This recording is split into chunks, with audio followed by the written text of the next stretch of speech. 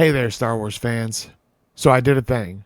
The Sith Species, all those episodes that I just went over, I went and I combined them. And I must say, it actually turned out pretty good. Honestly, I didn't think it was going to be this good, but it flows pretty much perfect. You can also tell at the very beginning, I think it was like my second Star Wars story to do. So it's, of course, a little at the very beginning. But by the fourth one, that's like my fifth one that I've done, I get a little bit better at it, and you can tell by the end of it.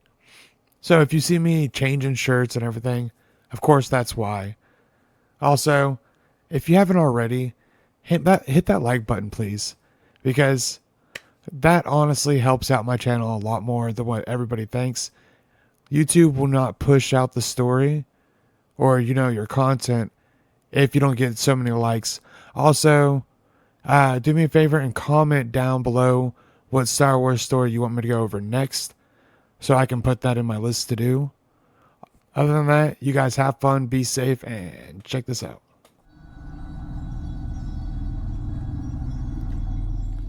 A long time ago, in a galaxy far, far away, the year was 200,000 BBY. Out in the outer rim laid a reddish planet with a red humanoid species. This species had tentacles coming from the cheeks and the chins. They also had pointed teeth and bone spurs protruding from parts of their body, places like their eyebrows and elbows. It was home to the very first Sith in the galaxy, the actual Sith species. The Sith were pretty incredible in their time, so much so that their practices are actually still taught today. The Sith civilization evolved on the planet of Korriban, leading a barbaric and hedonistic lifestyle while using the dark side of the Force. The Sith actually had a symbiotic relationship with the dark side. They fed on it and were empowered by it, which helped them develop and perfect techniques through the dark side of the Force, which many of these techniques thought were impossible to master. Techniques like the Night Sisters would use, but this is way before their time. That's right, I'm talking about Sith sorcery. And although the Sith were powerful, they were not united, and they lived in different tribes spread across the planet of Korriban, battling one another.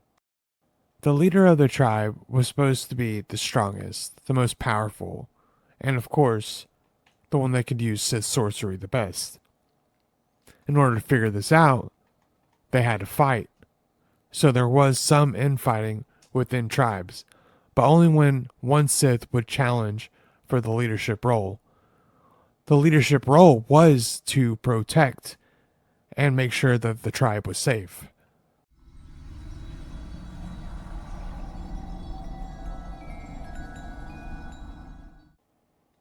The state of war between the Sith was common in their society. They treated it as on par with peace and serenity and couldn't see the differences in the practices one way or another. This included things like barbaric practices and others. They had been doing it for so long that this is the way the Sith lived and how they survived. When the Sith finally settled into this lifestyle, the year was around 100,000 BBY, although there is a dark holocron that was found thousands of years later that said it went back even further. During this time, the Sith recorded information on scrolls, tombs, and tablets. It also contained articles of the destruction and domination of others, as well as the construction of Sith weapons and artifacts. And consequently, the knowledge was capable of driving the unprepared seeker to insanity. The Sith had become very aware of the power they possessed, and around the year 36,453 BBY, the Thoth pyramid ships appeared, gathering the best philosophers, priests, scientists, and warriors throughout the galaxy, then brought them to the Force world of Tython, which was strong in the Force. This included some of the Sith species, from their home world of Korriban, which they would become some of the very first Jedi, but again, that's a story for another time. Civil war between the Sith nations on Korriban would continue for many thousands of years. The Sith were a warrior race who were thought to have infighting forever, until one single Sith was born. His name was Ados. Ados was unique and was raised as a chosen being. He even looked different from all the other Sith. That is, his skin was unusual. With instead of having red skin, it was more of a charcoal color. Ados would grow to become one of the most powerful Sith on the planet, while demonstrating great skills in fighting as well as intelligence. Ados also showed great talent in Sith magic and was able to forge his own massive battle axe using Sith alchemy and unify the warring nations. And through much bloodshed, he was able to do so. He was able to accomplish the unification of Korriban by the year 28,000 BBY. Ados was like a god to the Sith, even earning the title of Sithari, which means perfect being. They thought that his reign might rule forever, be eternal, and even believed him to be immortal, but sadly, this was not the case.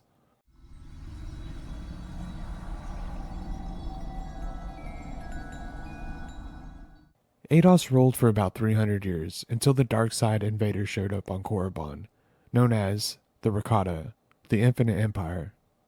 The Rakata hid their ultimate agenda from Ados and tried to lull him into trusting them by teaching him some technology, such as how to store knowledge on a device they called a holocron.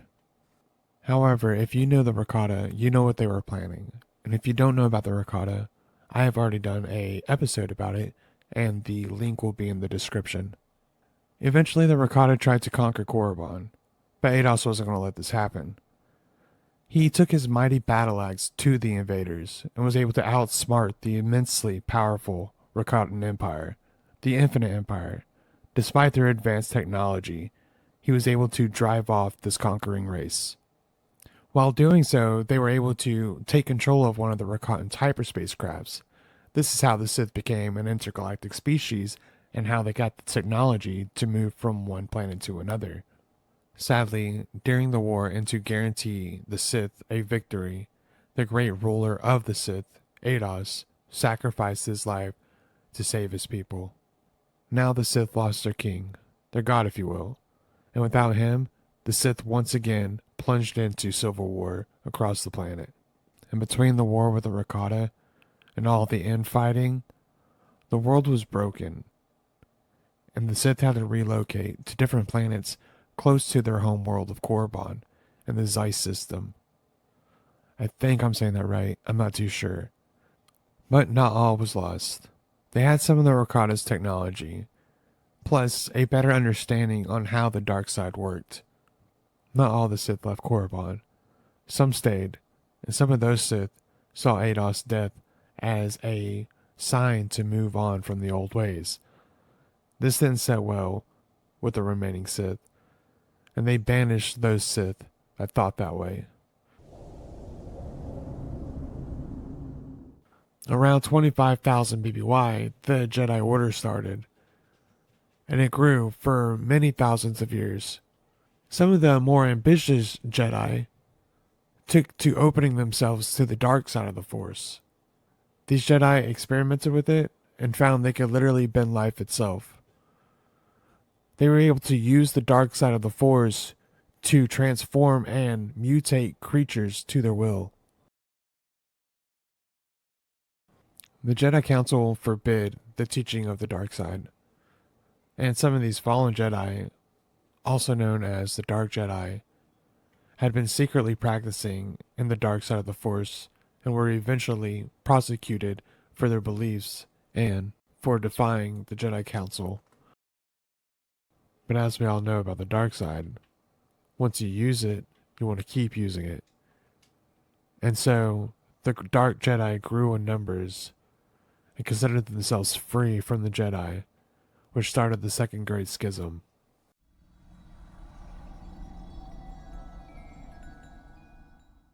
The Second Great Schism was a divided split amongst the ranks in the Jedi Order that occurred in the year 7003 BBY. The Jedi who practiced alchemy and the dark side of the Force, as Dark Jedi, broke free from the Jedi Order and rebelled as a whole, and in the year 7000 BBY, a great war known as the 100-Year Darkness started. The Jedi constantly battled against the Dark Jedi, trying to forbid them from using and experimenting in practices of the dark side. At the same time, the Dark Jedi continued to convert more Jedi to their cause. The war between the Jedi and the Dark Jedi continued for 100 years, hence the name 100-Year Darkness, and ended with the Battle of Corbus. Having fought for nearly a century, the Jedi and the Dark Jedi made their final stand on the mining world of Corbus. Ajunta, a leader of the Dark Jedi's campaign against the Jedi, personally slew more than a dozen Jedi before the battle ended. The winners of the war were the Jedi, and only 12 Dark Jedi remained, who were then exiled and wiped from existence in the galactic records. The Jedi then herded them onto a drone ship with no weapons or navigation devices. Then they sent them into an unexplored region in the Outer Rim, far beyond the boundaries of the Republic. Their defenseless ship drifted through hyperspace, guided only by the power of the dark side, when it finally emerged on the planet of Korriban. Upon arrival, the Dark Jedi were astonished to find that the Sith species was a Force-sensitive race and had been since the beginning of Sith civilization.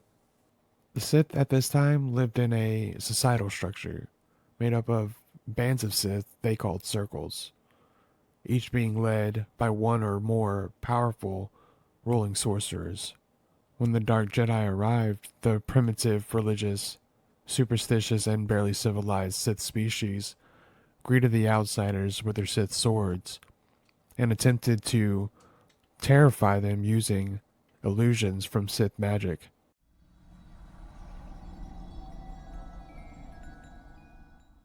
However, the Dark Jedi were surprised by this primitive species and their dark side knowledge, some of which they've never even heard of. They took particular interest in the way the Sith drew power from the dark side and their techniques they used, and felt they should take over to take this knowledge for themselves. Protected of their secrets, the Sith felt they should prevent the outsiders from obtaining their knowledge of the dark side and struck back against the Dark Jedi. But they were unsuccessful, and the Dark Jedi proved to be too much for the primitive Sith in more ways than one. The Dark Jedi's strength even outnumbered the strongest Sith sorcerer on the planet of Korriban, and with their Force abilities and the use of a lightsaber, the Dark Jedi were able to beat the remaining Sith on Korriban and stole the Sith knowledge of sorcery. And the natives eventually became the unwilling subjects of the Dark Jedi. The Dark Jedi then used the King's Shadow Hand, also known as the King's Right Hand, to lure this self-proclaimed king into their confidence, and then they destroyed him. Astonished by what just happened and the sequences of events that led up to the death of their Sithari, the Sith accepted the Dark Jedi as their master and bestowed upon him King Ados Holocron. The Dark Jedi declared themselves living gods and kings over the Sith people, becoming overlords, and Ajunta, who was the one who slew 12 Jedi at the end of the 100-Year Darkness War, was the first to earn the title of Janari, Dark Lord of the Sith. The Sith took to worshipping and devoting their lives to their new masters, the Dark Jedi, who now called themselves Sith, who ended up honing their battle arts through Sith sorcery and the Sith knowledge, and expanded their reach from Korriban to the neighboring worlds and star systems. Eventually, all the Sith in the previous Sith Empire space were brought under the rule of the Janari, the Dark Lord of the Sith. Zeiss was taken as the world capital, where the Janari would rule from. New starships and weapons were constructed, and with their new knowledge of Sith alchemy, more creatures were produced. The Sith Lords felt that this lifestyle suited them well, and under their rule as the Dark Lord of the Sith, they would reign. The Massassi, who were a warrior subspecies of the Sith, were enslaved by the Jannari and used as foot soldiers for their new developing empire.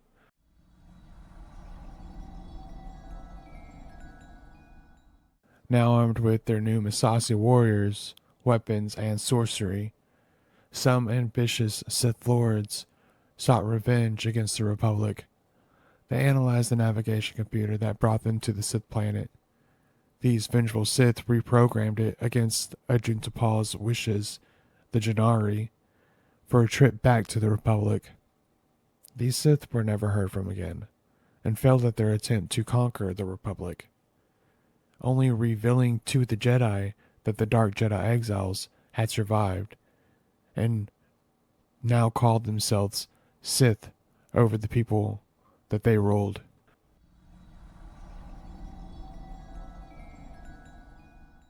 The remaining Sith Lords and the Jannari, Ajuntapal, found not only could they produce stronger creatures using alchemy, but they could also produce offsprings using the Massassi, which was a subspecies of the Sith. These remaining Sith Lords, they mixed some of their Jedi blood with the Sith people, and did this for almost 2,000 years, which this process eventually took out some Sith characteristics, such as sympathy, loyalty, and superstition.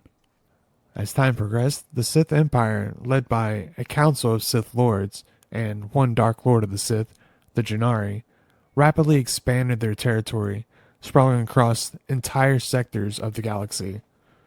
As they expanded, the Sith came into contact with many worlds, and as a result, Mike, Arcanan, and Kruskin culture all show hints of Sith influence. They even came across a planet called Tun, which was a hidden planet out in the Tun system. This planet had Sith and humans who settled alongside one another for millennia, and by the end of the expansion, they had enough worlds that they could now rival the Republic. Sith society continued to evolve and advance over time, discovering new ways to manipulate the dark side of the living force. But the Sith are the Sith, and their new empire existed in a continual state of conflict, with the Sith Lords raising private armies against their rivals to try and gain the position of Dark Lord from the reigning ruler, Ajuntapal. The Sith Lords were so preoccupied with warring against one another and cowing other civilizations within their range that, as a result, not much attention was given to expansion into Republic space, and traveling between it was very rare. Those who stumbled upon Empire space were never able to escape, and after so many generations, they even took to calling themselves Sith.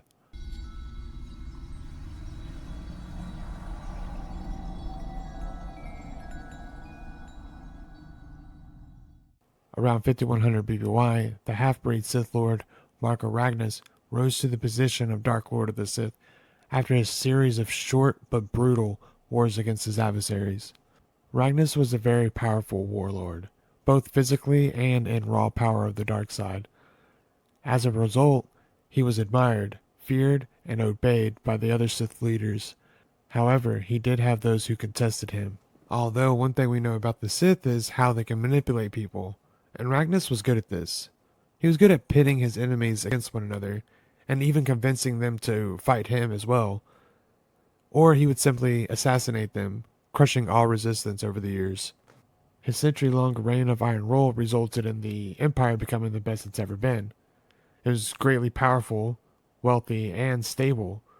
Ragnus was a great and powerful leader, of course. There's no doubt about it.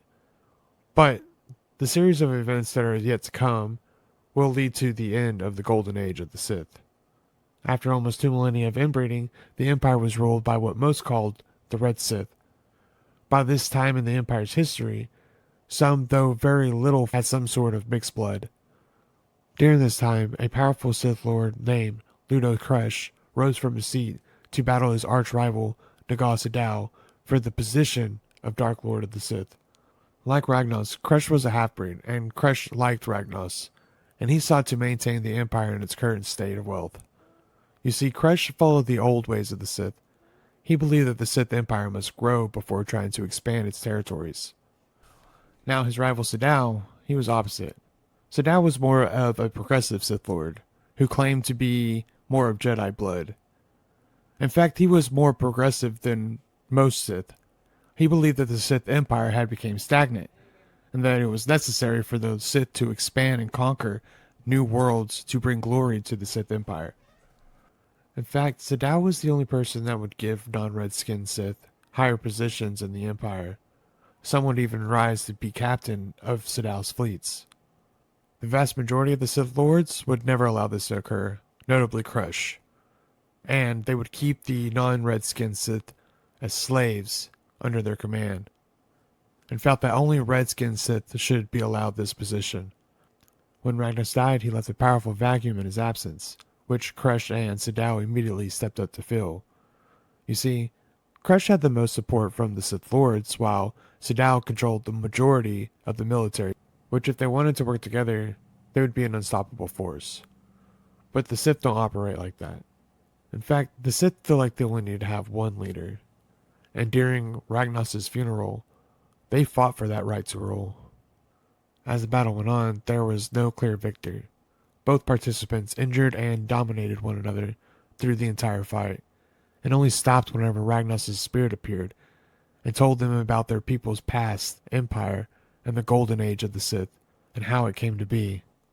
Before his spirit dissipated, he cautioned both of them to choose their path wisely for the Sith people, and about this time, a ship arrived carrying 2 hyperspace explorers. Names were Gav and Jory Daragon, who came from the Republic and were instantly seized by the Sith and put in the prison of Zeist. Kresh and the Sith Council eventually decided that the 2 explorers were going to be executed. However, Sadao saw them as the key to expanding the Sith Empire into Republic space.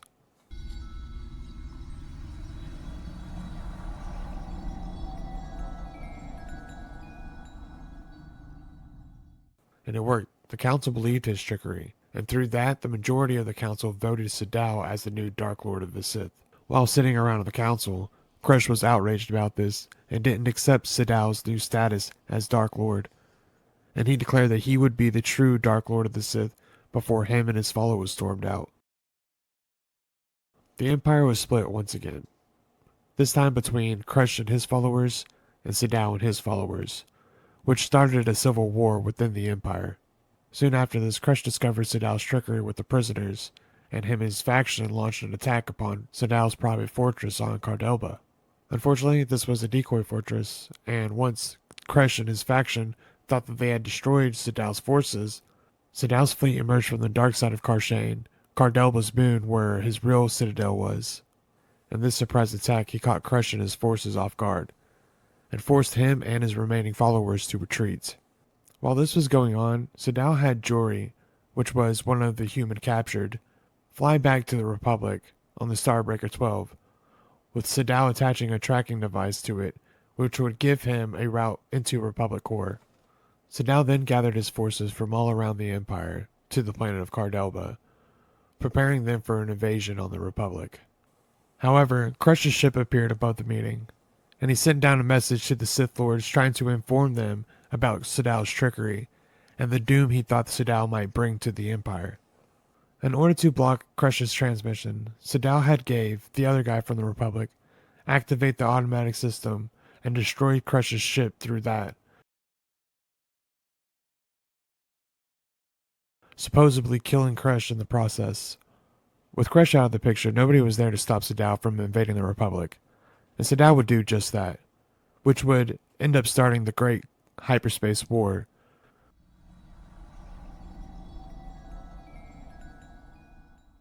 After the supposed death of Kresh, their once Dark Lord, Sadao set his eyes on the Republic. Then Sadao gathered all of his forces from all over the Empire to converge on Karshane, Cardelba's moon. He gathered all the starships and the Misasi ground troops. Then, after a good amount of preparing, the time had finally come. He was going to jump to hyperspace towards the Republic, following Jorah Daragon's trail thanks to the tracker that he left on her ship. The Sith forces tracked the tracker aboard Starbreaker 12, coming out of hyperspace around the unstable supergiant star Primus Golud.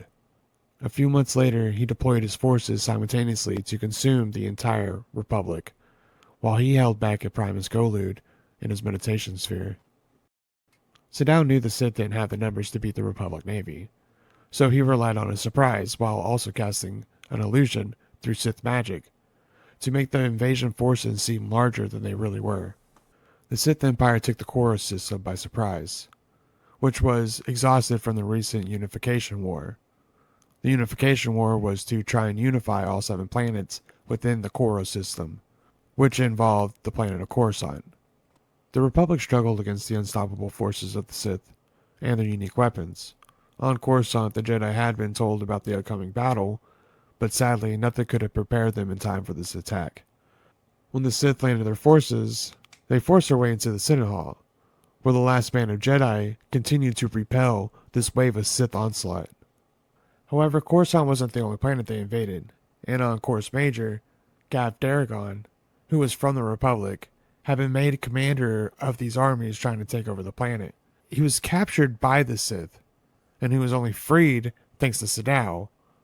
So of course he wanted to go back to his people and betray the Sith. He flew back to Primus Golud after the death of his friend, Arab the Hutt, and fired upon Sadao's meditation sphere, hoping to break the Dark Lord's concentration and stop the sorcery he was using over the entire army. Just as Coruscant was about to fall to the surging Sith forces, Sadao's concentration was broken, and the illusions stopped, showing the true extent of the Sith army. The Republic forces then launched a counterstrike with what they had left of their military on the confused Sith, pushing them back into a retreat. And at this stage, victory seemed very slim for the Sith, and once the Republic reinforcements arrived, their chances diminished. So the Sith retreated, and the Republic allied forces emerged victorious. The Sith fleet retreated back to Primus Golud to confront Sadao about his recalled forces. At some point, Sadao gave Gav the slip and left them trapped on his damaged meditation sphere. While the Republic and the Sith forces clashed above the planet, Sadao had one more trick up his sleeve. Sadao caused the red supergiant star to go supernova, killing Gav Daragon in the process, while him and the rest of the Sith jumped into hyperspace, back to Sith Empire space. After returning to Sith space, Sadao had learned that Ludo Kresh had survived, and he had since gathered his own forces, rallying those Sith lords who chose to remain behind, as well as promising them wealth and power under his rule if they joined him in the cause to take down Sadao. They even gave him the title of Dark Lord of the Sith while Sadao was out trying to expand the Empire into Republic space. When Sadao arrived back on Korriban trying to drum up some new Sith forces, Kresh revealed himself and told him how he used the decoy ship to stage his own death above Cardelba. The Dark Lord Kresh then went on to exile Sadao from Sith space forever. The two Sith fleets clashed in a battle of pride. However, the battle ended when Sadao ordered one of his doom ships to crash into Kresh's flagship, killing the Dark Lord in the process. Then the rest of Kresh's armada held back, choosing not to continue fighting Sadao's fleet. Immediately after, Republic forces who followed the Daragon Trail to the Sith Empire came out of hyperspace near Sadao's battered fleet.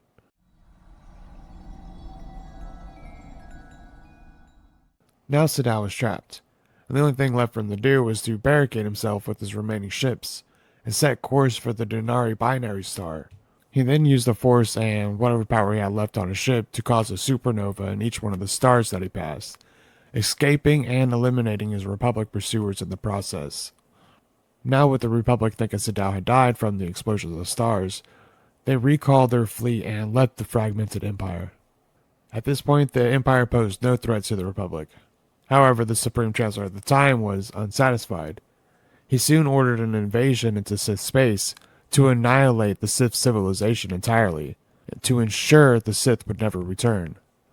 It was the Republic and the Jedi's mission to ensure that no remnants of the Sith Empire remained. Hundreds of Republic warships invaded to take on the disordered Empire that was still in turmoil following the death of their Dark Lord, Ludo Kresh. The Jedi Order also invaded with their Jedi Shadows, who sought to destroy all things Sith, their teachings, and their ways. though some of their ranks denounced this need to destroy. The Jedi and the Republic, they destroyed the Sith Lords, along with their artifacts, talismans, strongholds, eventually driving them to the point of surrender. During this time, a Jedi named would use a unique way to combat the Sith. Instead of inflicting harm, he would simply strip them from their power, taking away their ability to use the dark side. Eventually, the Sith were driven to defeat in a few years, and the Empire crumbled. And eventually, the Republic emerged victorious, but at a great cost of their own. With the Sith Empire defeated and the remaining Sith scattered across the galaxy, not knowing who survived or even where to find them, the Sith lay in wait, with their teachings and their ways that they passed down for generations to keep the Sith way alive.